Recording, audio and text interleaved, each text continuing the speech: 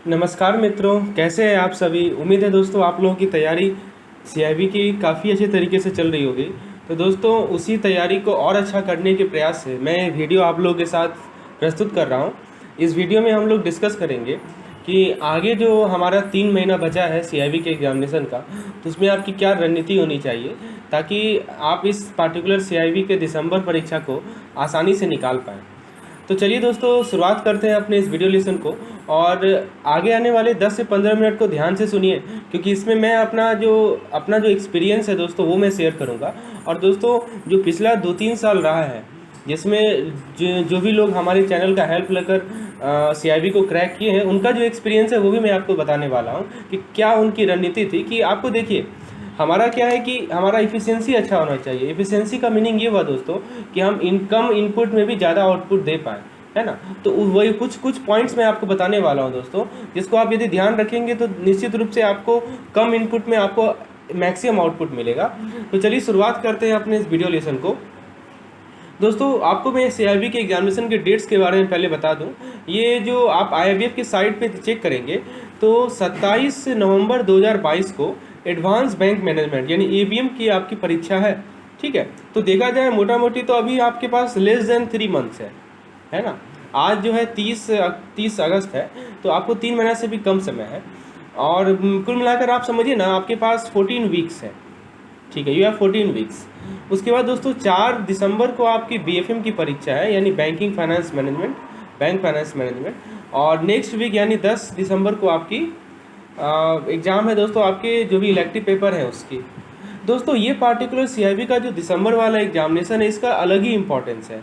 अलग इम्पोर्टेंस इसलिए है क्योंकि यदि आपका ये पेपर नहीं निकलता है दोस्तों, तो आपको जो अगला एग्ज़ाम होगा जून वाला, ठीक है, उसमें अगला जो परीक्षा जून वाला होगा उसमें दोस्तों आपको 5 पेपर निकालना पड़ेगा। आप समझ सकते हैं कि 5 पेपर निकालना कितना कठिन होगा।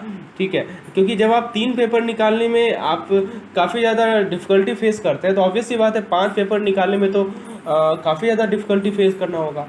तो दोस्तों ये समय है, ये 3 महीना अच्छी तरीके से प्रिपरेशन करने का। ठीक है, don't leave anything behind, right. कुछ भी चीज़ को आप छोड़िए मत, समझ रहे हैं, क्योंकि आपको पता है कि इस पार्टिकुलर एग्जामिनेशन की क्या इंपॉर्टेंस है। यदि आप इस पार्टिकुलर एग्जामिनेशन को क्रैक नहीं कर पाएंगे दोस्तों, तो 5 पेपर निकालना और भी ज़्यादा डिफिकल्ट हो जाएगा। तो अच्छा ये रहेगा कि अगला 3 महीना दोस्तों आपको जब भी समय मिलता है, सैटरडे संडे छुट्टी मिलता है दोस्तों, तो प्लीज़ जो मैं आपको रणनीति बता रहा हूँ उसको फॉलो कीजिए। और आप मेरे चैनल का भी हेल्प ले सकते हैं। मैं अपना सीआईबी का एग्जामिनेशन से रिलेटेड स्टडी मटेरियल प्रोवाइड करता हूँ। ठीक है, तो दोस्तों सबसे पहले मैं आपको कुछ टिप्स देता हूँ कि कैसे आप एवीएम को देखें, बीएफएम को देखें और रिटेल को देखें। दोस्तों ये एक स्केड्यूल था जो कि मैंने अपने मॉक टेस्ट के लिए बनाया था। बेसिकली हमारे चैनल पे मॉक टेस्ट अवेलेबल है।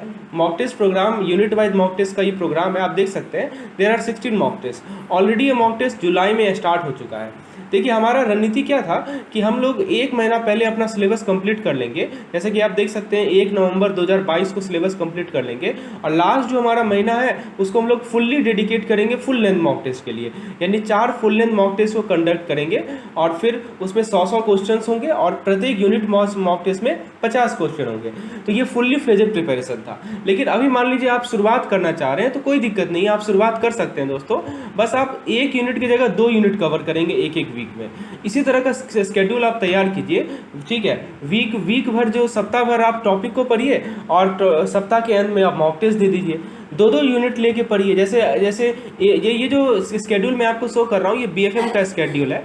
ठीक है, तो जैसे मान लीजिए कि आपने यूनिट 1 और यूनिट 2 आज से आपने शुरुआत करना शुरू किया, तो आज है आपका 30 अगस्त, है ना। तो 30 अगस्त ट्यूसडे है। तो दोस्तों इस सप्ताह भर आप तय कीजिए कि हम यूनिट 1 और यूनिट 2 पढ़ेंगे, और अगले आने वाले संडे को हम मॉक टेस्ट दे देंगे। आप हमारा मॉक टेस्ट लीजिए या कहीं भी मॉक टेस्ट दीजिए, कोई इशू नहीं है। ठीक है, एज पर आपको जो भी सही लगे, जिसका भी मटेरियल आप पे विश्वास कर रहे हो कि उस मटेरियल को आप लीजिए, और दोस्तों उसका मॉक टेस्ट आप अपियर हुई मॉक टेस्ट में। ठीक है, आप फिर मॉक टेस्ट से ये फ़ायदा मिलेगा कि आपने क्या पढ़ा है, आपका कितना कमांड है उस टॉपिक पे, आप ये जान पाएंगे। क्योंकि दोस्तों आजकल के एग्जामिनेशन में न्यूमेरिकल एस्पेक्ट भी ज़्यादा पूछा जाता है, तो वो तभी आपका सही होगा जब आप एग्जाम बेस्ड टेम्परामेंट को डेवलप करेंगे। ठीक है, तो ये एक तरीका है, this is the best way. और आप ये एटलीस्ट 15 दिन पहले तक तो सिलेबस फिनिश ही कर लीजिए, क्योंकि अभी आपके पास कम समय है। एटलीस्ट यू हैव 3 मंथ, और ये जो स्केड्यूल मैं शो कर रहा हूँ ये 4 मंथ स्केड्यूल था। तो 3 महीना में 3 मंथ में आप 15 दिन तो आप लास्ट का 15 दिन रिवीजन के लिए छोड़िए, बाकी 15 दिन तक आप पूरा सिलेबस को फिनिश कर दीजिए, ठीक है। तो ये था हमारा बीएफएम का मॉक टेस्ट प्रोग्राम का डिटेल। और दोस्तों एवीएम का भी सिमिलरली मॉक टेस्ट प्रोग्राम का डिटेल है। ये 16 यूनिट वाइज मॉक टेस्ट है जो कि 18 अक्टूबर तक कंप्लीट हो जाएगा। उसके बाद हम लोग फुल्ली फ्लेजेड वन मंथ हम लोग डेडिकेट करेंगे फुल लेंथ मॉक टेस्ट पे। चलिए, तो दोस्तों जरा मैं ईवीएम के टिप्स आपको बता दूं। ईवीएम की यदि हम बात करें तो आपको 4 मॉड्यूल पढ़ने होते हैं, ABCD, है ना। तो 4 मॉड्यूल आपको पढ़ने होते हैं। और दोस्तों ये पेपर में आपको यदि बात किया जाए तो 60% थ्योरेटिकल है और 40% न्यूमेरिकल है। कभी कभी ये रेशियो वेरी भी करता है, लेकिन इन जनरल मैं आपको बता रहा हूँ, न्यूमेरिकल में केस स्टडीज़ भी इंक्लूडेड है। तो दोस्तों आप एक काम ये भी कर सकते हैं कि आप मॉड्यूल को भी चूज कर सकते हैं जिसको आपको डीप में पढ़ना है, ठीक है। तो पेपर को आसानी से निकालने के लिए आप मॉड्यूल को चूज कर सकते हैं। एटलीस्ट 3 मॉड्यूल तो पढ़ना ही पढ़ना है डीप में। एक मॉड्यूल हल्का सा लाइटली पढ़ेंगे चलेगा, लेकिन 3 मॉड्यूल तो डीप में पढ़ना ही पढ़ना है। तभी आपका ये CIP के एग्जामिनेशन निकलेगा, तभी आप 50 मार्क्स स्कोर कर पाएंगे AVM की परीक्षा में। At least you have to study 3 module in deeper. When I say deeper, it means you should have command over those 3 modules, right? You should have a good command. That means if question arise from those, if average level question arise from those particular module, you should be in position to solve those question. यदि average level question उस particular module से पूछा जाए जिस पे आप पे command है, तो आप उसको जरूर से जरूर कम समय में सॉल्व कर पाए। दैट मीन्स इसका यही मतलब होता है कमांड होने का। तो दोस्तों मैं आपको बताऊं, मॉड्यूल ए और मॉड्यूल सी जो है मोस्ट स्कोरिंग मॉड्यूल है, तो इसको आप तो स्किप करना ही नहीं करना। यानी जो 3 मॉड्यूल मैं कर रहा हूं, देखिए मैं तो कहूँगा कि चारों का चारों पढ़िए, ठीक है, आपके पास अभी पर्याप्त समय है। लेकिन फिर भी कुछ लोगों का होता है कि नहीं हम 3 ही मॉड्यूल पढ़ेंगे, चलिए कोई बात नहीं, आप 3 मॉड्यूल भी पढ़ सकते हैं, लेकिन चौथा मॉड्यूल को बिल्कुल नहीं छोड़ना है, आपको उसको लाइटली भी पढ़ना ही पढ़ना है। तो मॉड्यूल ए मॉड्यूल सी तो पढ़ना ही है दोस्तों, मोस्ट स्कोरिंग मॉड्यूल है, इसको आप स्किप नहीं कर सकते हैं। जहाँ तक बात है मॉड्यूल बी का, तो दोस्तों कुछ लोगों का मैथमेटिक्स पोर्शन थोड़ा सा वीक होता है, तो उनको मॉड्यूल भी थोड़ा डिफिकल्ट लग सकता है, क्योंकि दोस्तों इसमें टफ मैथमेटिक्स है। आप देखेंगे ना मॉड्यूल बी में time value of money, sampling, correlation, time series, linear programming, simulation, फिर आपका एस्टिमेशन, ये सब जो टॉपिक्स है दोस्तों, ये सभी में आपका मैथमेटिक्स इन्वॉल्व है। तो जिनका मैथमेटिक्स में थोड़ा सा वीकनेस महसूस होता है कि मैथमेटिक्स के प्रॉब्लम में फॉर्मूला नहीं याद कर पाते हैं, कैसे अप्लाई किया नहीं कर पाते, कहीं फंस जाते हैं, सॉल्व करते करते कहीं फंस जाते हैं, उनको ज़्यादा टाइम लग जाता है, ये सभी इशूज़ हैं, तो उनको तो प्रैक्टिस की ज़रूरत है, ऑब्वियस सी बात है। तो वो चाहे तो इस मॉड्यूल को स्किप मत बोलिए, स्किप गलत वर्ड है। आप इस मॉड्यूल को देखिए मतलब लाइटली पढ़ सकते हैं। लाइटली पढ़ने का मतलब क्या हुआ कि आप बेसिक जो थ्योरेटिकल एस्पेक्ट है उसको तो आप पढ़ ही लिए अच्छे से, हाँ न्यूमेरिकल एस्पेक्ट में जो कि आप स्ट्रगल कर रहे हैं उसको प्रैक्टिस की आवश्यकता है, तो आप इस मॉड्यूल को बाद में देख सकते हैं, ये कहने का मतलब हुआ। अच्छा दोस्तों, जो लोग क्रेडिट या लोन डिपार्टमेंट में काम करते हैं तो उनको मॉड्यूल डी आसान लगेगा, बिल्कुल सही बात है, क्योंकि आप प्रैक्टिकली उस चीज़ को नोटिस कर रहे हैं दोस्तों। मॉड्यूल डी पूरा का पूरा क्रेडिट और लोन डिपार्टमेंट का ही पार्ट है, उनको वो इंटरेस्टिंग भी लगेगा और उनके लिए नॉलेजफुल भी है module D.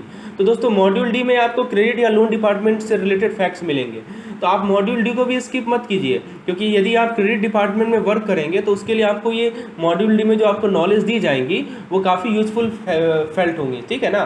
So module D is useful for daily working in credit department. तो ये चीज़ आपको मैंने बेसिक ओवरव्यू दे दिया कि हाँ छोड़ना तो नहीं है, मैं ये रिकमेंड नहीं करूँगा कि आप छोड़िए, लेकिन 3 मॉड्यूल को आप डीपर पढ़ के जाइए, ये इंपॉर्टेंट है, ठीक है। तो कुछ इंपॉर्टेंट टॉपिक्स मैं बता देता हूँ कुछ मॉड्यूल से। तो देखिए एक है हमारा मॉड्यूल सी से यदि हम बात करें तो आप development of human resource, human implication of organization, ये सभी पढ़ना है, मैकमिलन से पढ़िए। कहाँ से पढ़ना है दोस्तों वो भी मैं आपको बता देता हूँ दोस्तों। फिर मॉड्यूल डी में overview of credit management, analysis of financial statement, chapter lengthy नहीं है ना, ये सब मैकमिलन बुक से पढ़ सकते हैं। और दोस्तों आप मेरे प्लान को भी ऑप्ट कर सकते हैं। मैंने दोस्तों अपने सिलेबस को, जो भी हमारा CIB का सिलेबस है उसके मटेरियल को बहुत आसान तरीके से डिज़ाइन किया है दोस्तों, तो आप इन दोनों प्लान को भी ऑप्ट कर सकते हैं। इसमें आपको हर एक चैप्टर का शॉर्ट नोट्स मिलेगा, मैकमिलन का अनसॉल्व प्रॉब्लम का एक्सप्लेनेशन मिलेगा, हर एक चैप्टर का दोस्तों लगभग एवरेज 80 MCQs आपको मिलेगा, जिसमें एक पेज से MCQs लिया गया है ताकि आपको कुछ भी छूटे ना। यदि मान लीजिए कि चैप्टर पढ़ते वक्त आप कुछ चीज़ को छोड़ दिए, लगा कि नहीं ये इंपॉर्टेंट नहीं है, लेकिन जब आप MCQ सॉल्व करेंगे तो आपको पता उससे क्वेश्चन आ जाएगा, फिर आपको लगेगा कि हाँ ये तो मुझसे छूट गया है, ठीक है। तो आपको MCQ से वो पार्टिकुलर कंसेप्ट कवर हो जाएगा। तो आपको MCQs लगभग हर एक चैप्टर वाइज MCQs 80 MCQs मिलेंगे, एवरेज में बता रहा हूँ। किसी में 80 से कम मिल सकते हैं, किसी में 80 से ज़्यादा मिल सकते हैं, आई एम टेकिंग एवरेज। और दोस्तों यदि देखा जाए तो कुल मिलाकर 30 यूनिट है, आपके एवीएम 33 यूनिट्स है आपके एवीएम में और 30 यूनिट्स है बीएफएम में, तो लगभग 2400 से 2500 एमसीक्यूज कवर हो जाते हैं। ठीक है, उसके बाद दोस्तों केस स्टडीज़ भी इसमें साथ साथ इंक्लूडेड है, एक फार्मूला कंपाइलेशन आपको मिलेगा और दोस्तों मॉड्यूल का क्विक रिवीजन मिलेगा। तो ये सभी प्लान ₹650 में आपको तीनों पेपर के लिए मिल जाएंगे, एवीएम, बीएफएम और रिटेल के लिए, रिटेल बैंकिंग के लिए। और यदि केवल एक पेपर के लिए चाहिए तो आप ₹250 में इस प्लान को ऑप्ट कर सकते हैं। तो आप कोई भी मटेरियल फॉलो कीजिए, नो मैटर, आप मैकमिलन बुक ही पढ़िए, क्योंकि Macmillan book is the best source, right. ये जो मैं आपको नोट्स प्रोवाइड करूंगा ये पूरा का पूरा मैकमिलन बुक से ही लिया गया है। हाँ, कभी कुछ लोगों को मैकमिलन बुक पढ़ने में थोड़ा सा कठिनाई होती है, कुछ चीज़ जो वर्ड है ना उसको थोड़ा सा डिटेल में नहीं प्रेजेंट किया गया है, तो मैं अपने मॉड्यूल में पिक्चर से या नहीं तो टेबल के माध्यम से या नहीं तो डिस्क्रिप्शन के माध्यम से उसी चीज़ को मैं डिटेल में समझाने का प्रयास किया हूँ। एग्जाम्पल के तौर पर आप बीएफएम में लिक्विडिटी रिस्क और लिक्विडेशन रिस्क में अंतर नहीं समझ पाएंगे यदि आप मैकमिलन बुक को देखेंगे, लेकिन मैंने अपने नोट्स में दोस्तों उसको पिक्टोरिकली रिप्रेजेंट किया है। तो मैं जस्ट एग्जांपल दे रहा हूँ, you can opt for any material, आपको जो भी सूटेबल लगे कोई भी मटेरियल पढ़िए, लेकिन दोस्तों एक ही मटेरियल पढ़िए। ऐसा नहीं कि मेरा भी मटेरियल ले लिए कहीं और का ही मटेरियल यूज कर रहे हैं और फिर वो मगअप हो जाएगा, मैं बिल्कुल रिकमेंड नहीं करूंगा। एक मटेरियल पकड़िए, उस पर पूरा विश्वास रखिए और उसी को पढ़िए दोस्तों।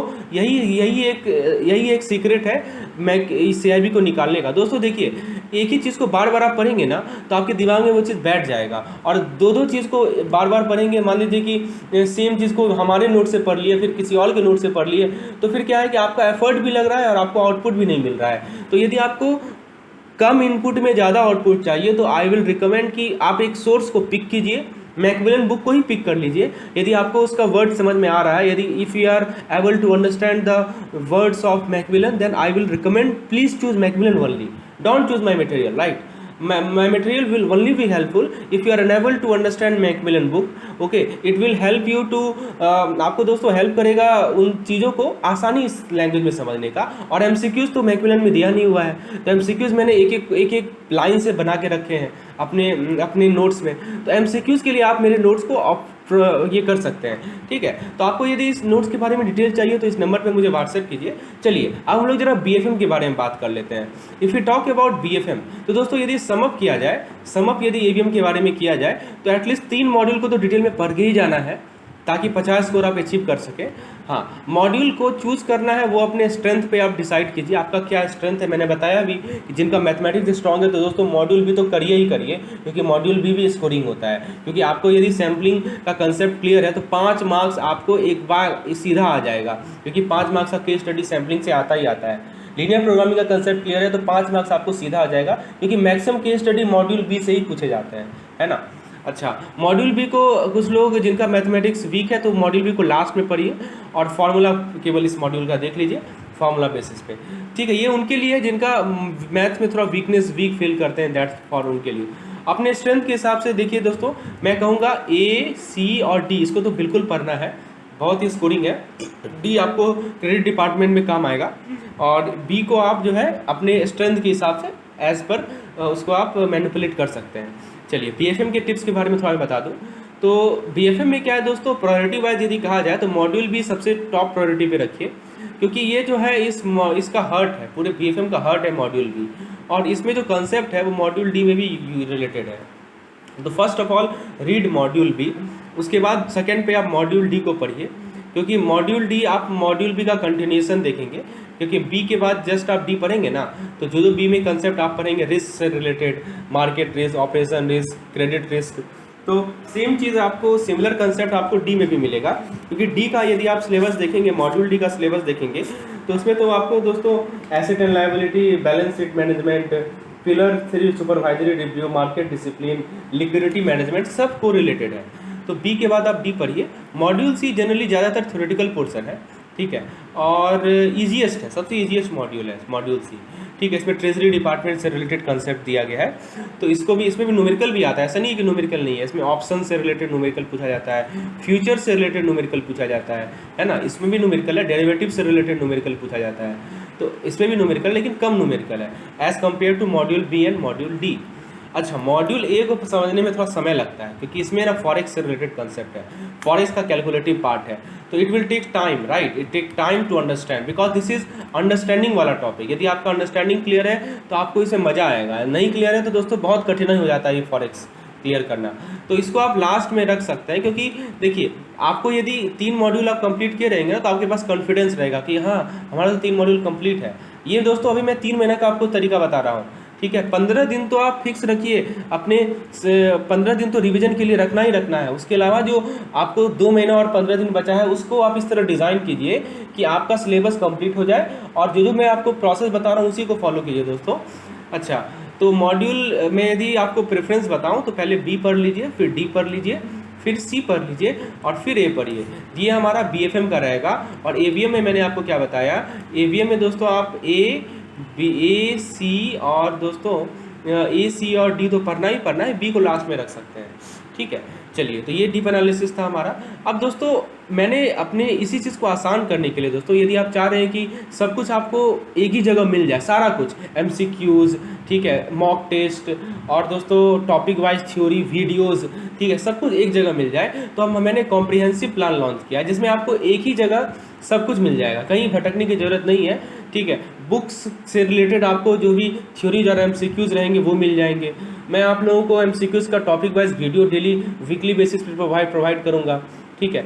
उसका दोस्तों आपको पीडीएफ मिल जाएगा ताकि आप क्विकली रिवाइज कर पाएँ, आपको नोट्स बनाने की भी ज़रूरत नहीं है। जो भी नोट्स मैं आपको दूंगा केवल आप उसे पढ़िए और एमसीक्यूज़ का अलग से पीडीएफ मिलेगा, ठीक है। आप वीकेंड पे मॉक टेस्ट दे पाएंगे, आप ये देख पाएंगे कि आपने जो वीक में जो मैंने आपको पीडीएफ प्रोवाइड किया, जो वीडियोस प्रोवाइड किया, उसको आपने कितना ग्रास्प किया है। तो वीकेंड पे आप मॉक टेस्ट दे पाएंगे, इसमें लगभग 16 यूनिट वाइज मॉक टेस्ट और 4 फुल लेंथ मॉक टेस्ट होंगे, ठीक है। और दोस्तों जब हमारा सिलेबस कंप्लीट हो जाएगा तो हम लोग फुल लेंथ मॉक टेस्ट करेंगे। और दोस्तों एक हम प्रैक्टिस सेशन भी, ऑनलाइन लाइव प्रैक्टिस सेशन भी रखते हैं जो कि वीकेंड पे होता है, जनरली संडे को होता है। तो इसमें हम लोग कुछ अच्छे क्वेश्चन को डिस्कस करते हैं, स्पेशली न्यूमेरिकल क्वेश्चन को, जहाँ पे मुझे लगता है कि आप लोग स्ट्रगल कर रहे हैं, आप लोग नहीं समझ पा रहे हैं, तो हम लोग लाइव गूगल मीट सेशन भी रखते हैं। तो ये कॉम्प्रिहेंसिव प्लान है, इसमें आपको एक जगह पे सब कुछ मिल जाएगा, ठीक है। You will get topic wise videos, theory, PDF and mock test and live session, everything you will get at a single interface. So if you want to join this particular comprehensive plan, so you need to WhatsApp me on this number. I am just writing writing the number, okay. You can just you need to WhatsApp me, okay. तो मैं आपको इसके बारे में detail बताऊंगा, ठीक है, okay. सो इसका ये जो कॉम्प्रिहेंसिव प्लान है, इसका कॉस्ट आपको मैं बता दूं ₹899 पर सब्जेक्ट है। You will get all of this benefits. तो दोस्तों यदि मैं आपको समराइज करूं जो फैक्ट अभी तक मैंने बताया है, तो आप अपने स्टडी टेबल को एलोकेट ऐसे कर सकते हैं। देखिए अब देखिए 1-2 घंटा का समय अब ये कहना गलत होगा। एटलीस्ट आपको ना आज के समय में जब आपको पता है कि ये डू और डाई सिचुएशन है, क्योंकि यदि आपने इस एग्ज़ाम को नहीं निकाला तो 5 परीक्षा आपको देना पड़ेगा अगले बार से। तो ये 1-2 घंटा से नहीं काम बनेगा, है ना। एटलीस्ट आपको 2 से 4 घंटा डिवोट करना ही पड़ेगा डेली बेसिस पर। खासकर वीकेंड को आप ज़्यादा समय देना पड़ेगा दोस्तों, क्योंकि देखिए आपके ये टाइम जो है सबके लिए अलग अलग हो सकता है। जिनका कंसेप्ट तुरंत क्लियर हो गया, जो तुरंत चीज़ों को समझ गया, तुरंत एमसीक्यूज़ को न्यूमेरिकल सॉल्व कर लिया, तो उनको कम समय लगेगा, और जिनको थोड़ा समझने में समय लग रहा है तो उनको ज़्यादा समय लगेगा। तो ये जस्ट मैं एक स्पेकुलेट कर रहा हूँ कि 2 से 4 घंटा इट में वेरी। और वीकेंड में दोस्तों आपको टाइम देना पड़ेगा अभी एटलीस्ट 3 महीना तक। तो दोस्तों प्लीज़ आप समझ सकते हैं, यदि आप CIB रियली मैटर में निकालना चाहते हैं, if you are serious about CIB, then you need to sacrifice something, right, okay.